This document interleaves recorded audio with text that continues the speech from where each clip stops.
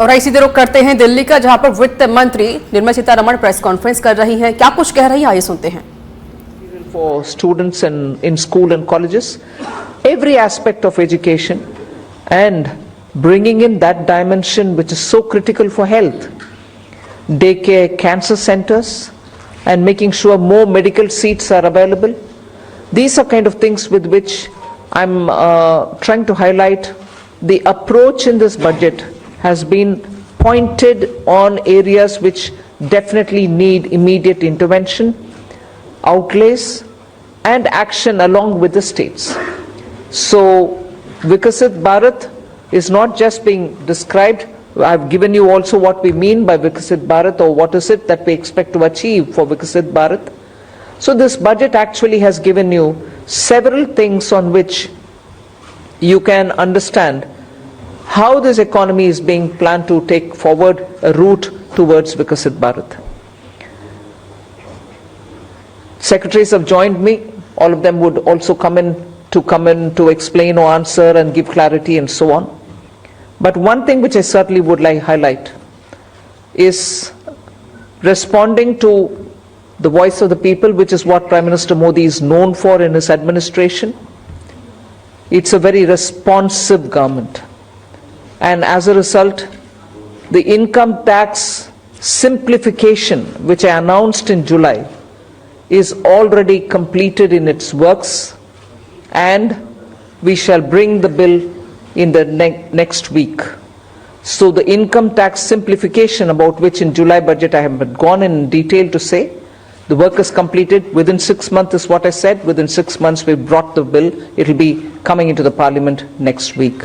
So if we are talking of reform inclusive of taxation, the work is done. This budget also speaks about rationalization in customs. Tariffs are being brought down, tariffs are being simplified, and also the basket which consisted of so many different tariffs for so many different commodities are now reduced.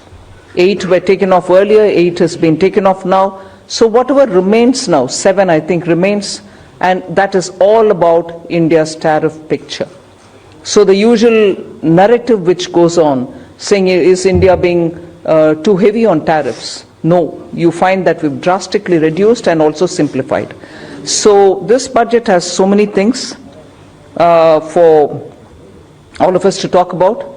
The more important thing about agriculture, which performed very well during COVID and which has contributed to India's food security, the proposals which are mentioned in this budget actually talk about everything to do with beej to bazaar, literally from the stage of seeds, hybrid seeds, climate resilient seeds, seeds which can give greater output, seeds which are going to be high yielding, all this together to the final point of India becoming the world's food basket. That's the definition I put in when I was talking about Viksit Bharat. So we are making sure that India's agriculture gets the support across the board, whether it is on seeds, whether it is for skilling the farmers, whether it is rural prosperity, whether it is going to have agriculture and allied industries being set up in rural areas, and whether it is going to be farmers getting better and more loan with interest subvention.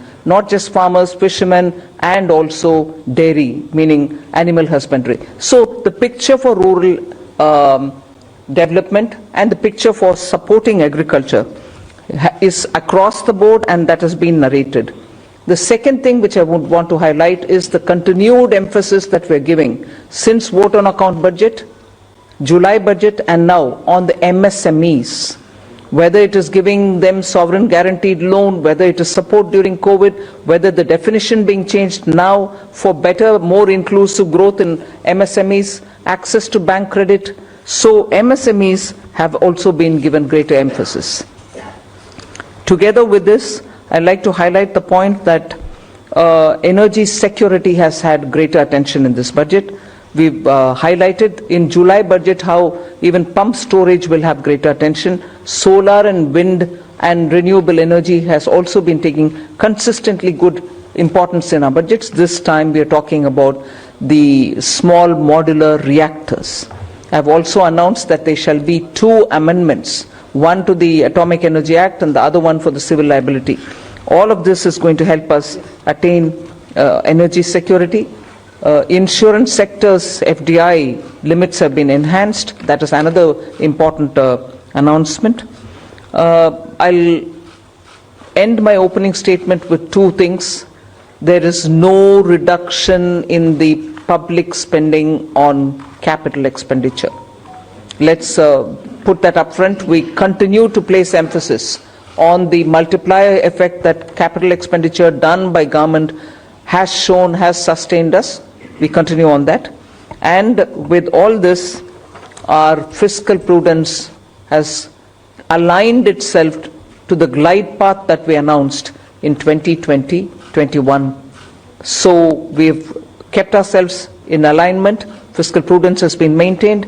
And the next year, coming years, estimate is also been given. Well under 4.5 is what we had said earlier. We are also projecting the same. So this is just as an opening statement. There's a lot more to say, but as you all ask questions, so shall we answer. Thank you. Thank you, ma'am. 225.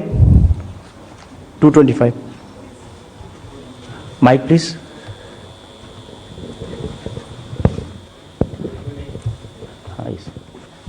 Ma'am, this is Sri.